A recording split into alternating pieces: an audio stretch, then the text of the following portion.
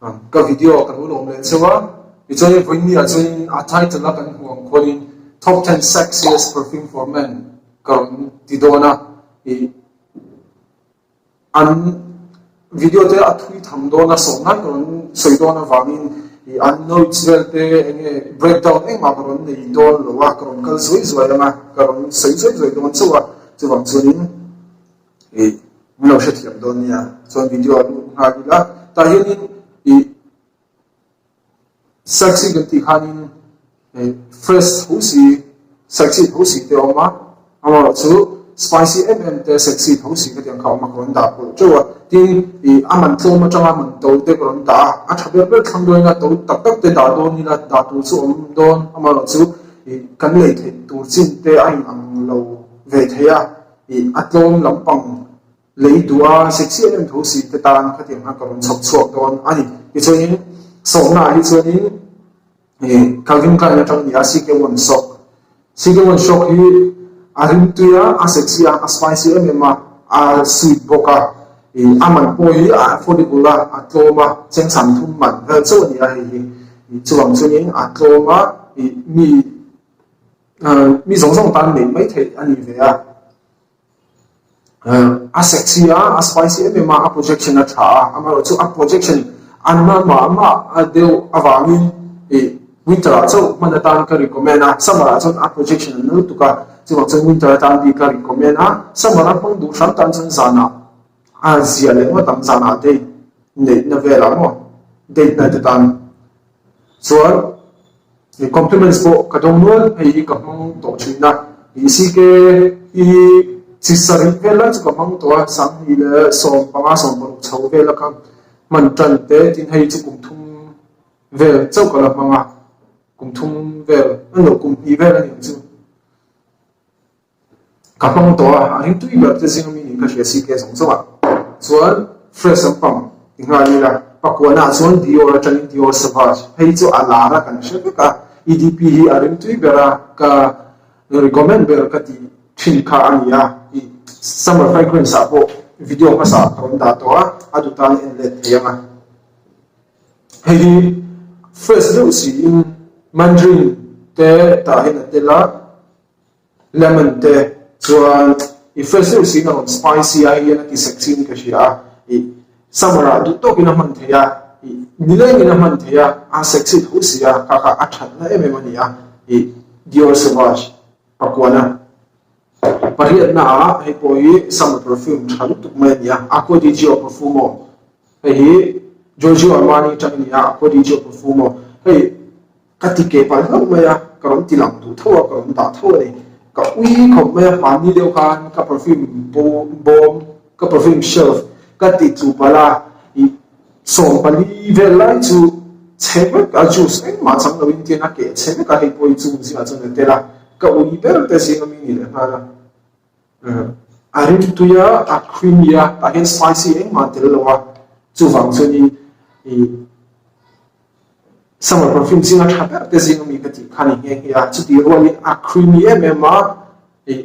milky a creamy emma kaka ati sexy boka vuna taksa acetyl cha kaka ni intimate partners ten na milang tel lawa omnaya skin center ni wa ati sexy people emani ati seductive chuan pasari na designer chang thau isan ho chang in lan midulom isan ho brand la bertezing am ya an closing line te po sang kang thai me ma chuti roi an fragrance po atha me ma ni hi lan midulom a la bertezing am ya fragrance po hi a spicy me ma a sexy boka enge athil picturein sexiest te antia an fak message na amaro chu ke chu to na yin pasarina karon ta achan chu adam sai tur kha kalanga a sexy event tu chu ta cardamom spicy te la chu chu a spicy event matlem min aron sweet dewa vanilla tlem te ma se a sweet tu lo a spicy na hi atam per chu ni mai he ya ti sexy a chuan hei pawh hi winter tan bi mo ka suggest winter du thu sa chuan paruk na a hei hi niche atangin ania niche brand atangin akodi parma colonial club ania hei hi ahmasa thukhan summer fragrance a kaun da to ni a chan chu a fresh emema a creamy boka ni sia ka soyang tho a milky a creamy boka ni ta hianin spicy em wa om lowa amaro chu overspray a hom ve de thunga a chan chu a creamy da ni creamy lutuk kan tiang chi kha ania amaro chu kha kham ati sexy ve de dai thung sia summer chu overspray ho ma winter a ro chu ni kha isu om lo du to gina spray the ni chuang chunin hei hi a that to ka summer ko winter ko man the ama chu summer chun sai ta kan tle ma feel cool de le voi thu voi li ve ba in ka ngai lo tin chu chuan pangana chunin hei po designer tang thoin John Paul Gaultier ni an lamel hi anara John Paul Gaultier ru wa po anar be design mi ni ya a pian hi an po dila ba chu hi mi pa pian mi pa taksa non mga po chu la hian hei ka ru ro lo ma sabel chu gym bodybuilder tan du sa ni must have ka ti zinga media gym hit thin tan du sa ani na san chu abul cho ko hi ne ya cha to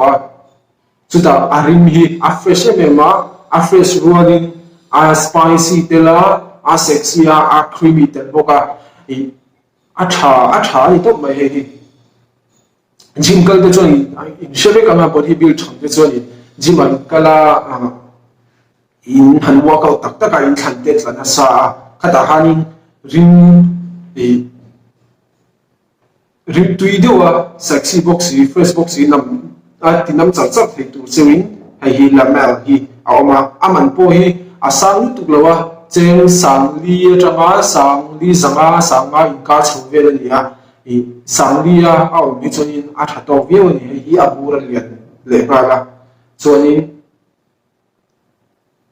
soi ta bang khang jin hi thin tan tu sa master ni to chuan palina le pathum na hi chu ain thutlang lu tu ga ta ram da so tu po ka shelo ti hian palina le pathum na hi chu palina pathum na ni ve ve tok mai Tom Ford atang ni ya Tom Ford Noir Dinoir ni ya Tom Ford Noir Dinoir hi atira ngai na view harchi tho ni ya a chan chu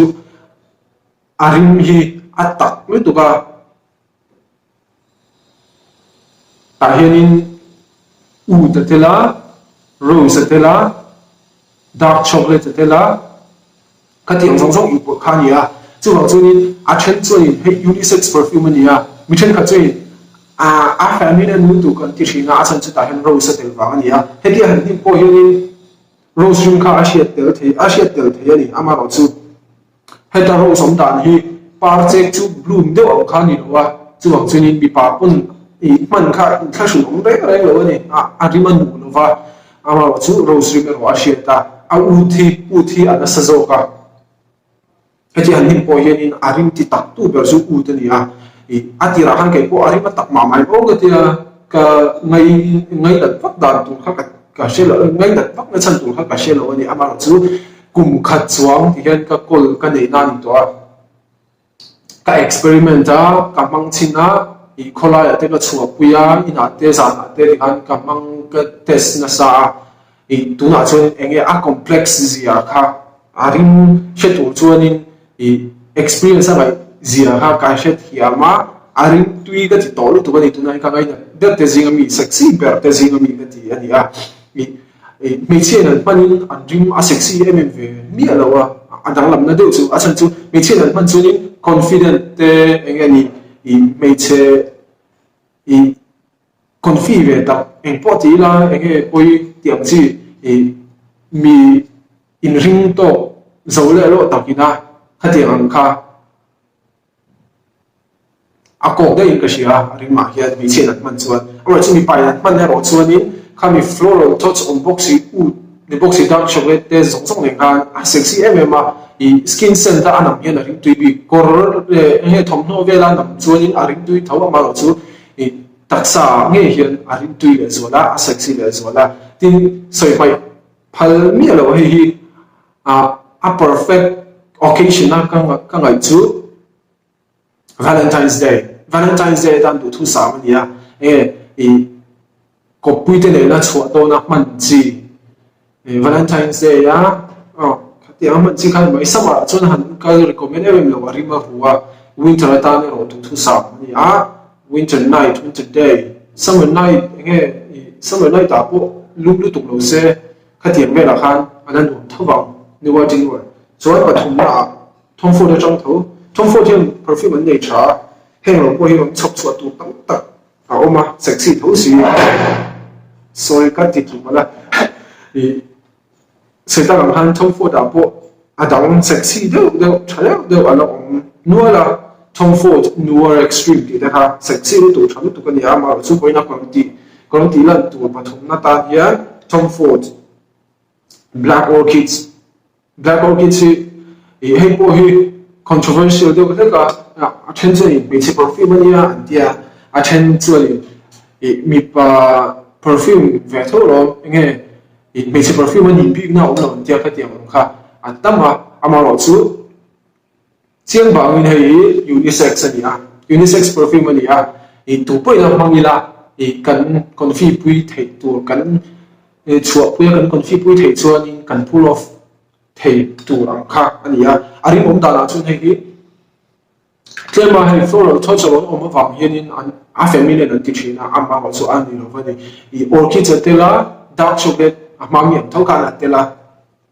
rồi buzi này mà buzi cái thì hiện nghe in chi zu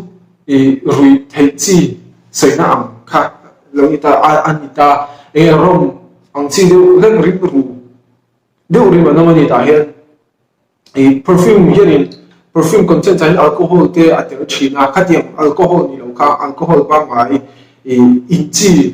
zu ba mai ni chuo in chi kha dia rim kha arom nam tel de ni ta hian kha na ti masculine be ma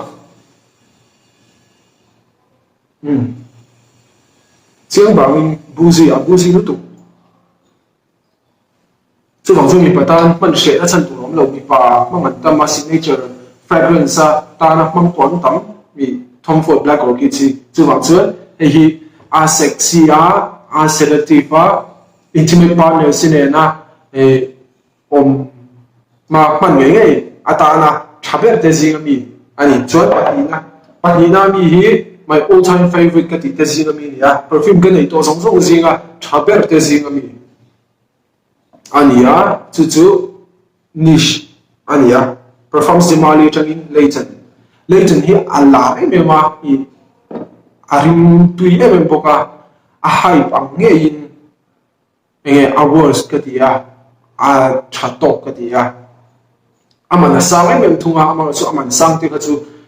arim chặt tóc cho nên bôi cho thì chú bằng cho nên perfume ngay là tu cho nên cần sẽ thiêm in arim mà nó sang pun cần tu xong chú thì cần để thấy sáng cho cần để chặt chặt rồi là đi cái tiệm biểu khăn nhá arim hi anh kim tại hiện atel cái gì afresa citrus spicy cái thì khá mà chú ăn salwa thêm te spicy cardamom thêm te ring asiat ya chú berai chú ni heti han tim mai poyen kasiat he ka chú citrus han bergamot omani thì khá bergamot thì athop noi chu ni ai nge an tel nge ni thì khá ka chianga asan chú bergamot thì ka ngai na citrus ro lo bergamot he ka du berania ka ring sol the lo chu mo ta hen bergamot te la chuan engkim ka ti na san chu afresh afresh walin creamy thunga chuta ai spicy boka cardamom te tela chuta udi le khatiang song khania he po unisex perfume nia unisex ang deuh chu nia unisex ai athini unisex an tia vanilla te tela athum dewa ama chu keima biga chuanin mi che pon bang se poina om lo ama chu a masculine zo ka tia unisex antini point niar san lawa ama chu perform zimani hi ni bipakman ata na anon ti chu ania I chuang chuan a masculine zo hring boka arim a po I kami claim spicy te a little bit sweetness enge vanilla claim on te le I a udi a dry down na udi ring tui ron ni ham te kha a cha me ma ring tui me ma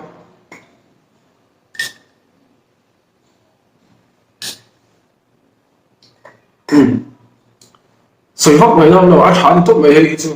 chuang chuanin I pakhat na ka ron da lo na chan chu I hei a performance te engkim thavek chung zong en chu pakhat na tu ngoi ani ama chu voimia chunin khatia performance che thang ka ron en berani nowa sexy big I mi patana rim sexy big kanon soi do na wa in hei pakhat na ka da lo pa ni na ka da ama chu a thadu tu to pani mai tin lelok a versatile me boka spring te summer te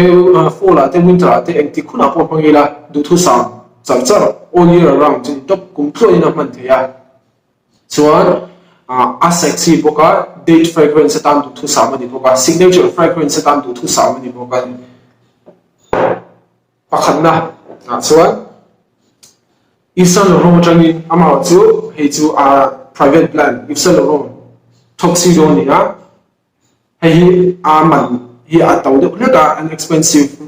line expensive range ho an private brand ani ami ani evagin ani a chuta hei hi exclusive ani to a mutur omai mai lo a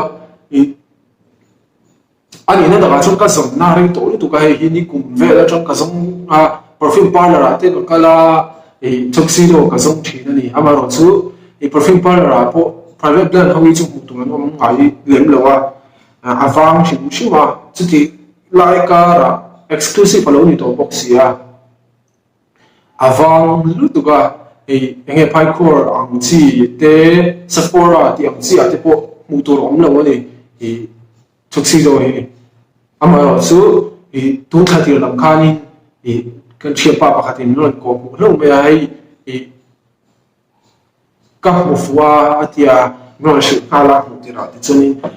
eng po ni se katia nei lo chung ka ho pa to pa I chuanin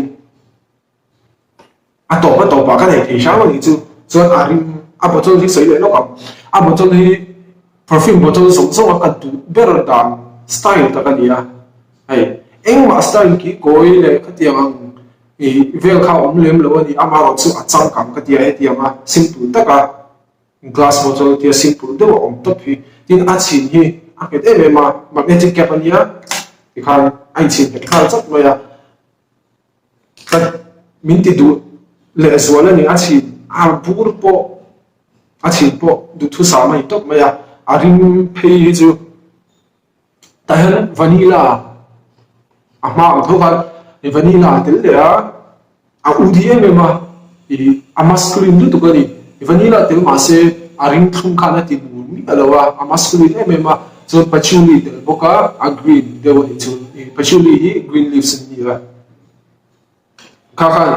a quality hi claim a ti sama a performance ron ti thade le boka patchouli khan a chan chu a green hi a rei phiana chuan uda hianin a san uda non pogin ka shi a udi tu hi chu poring tu lu tu thawni a ama chu ta hianin anon plan for san u dream ma pa mai kha nam chuang lo ni anon plan for enge ta hian an pol po ka she phi chi lo ama chu a ring tu a sexy ani top mai a masculine box ya mi perfume big liu le ta na sia ma chuanin hei a sexy ber top hei pakhat na ani top mai ni chuan leitur hi a mai to lo ba chuang chuin ron recommend view ka tum lawa ma chu leiturin chuanin hei in chiangai lo ti kha sai nga mani chu ka ron haile de zoi anga som na chi ke won so pakwana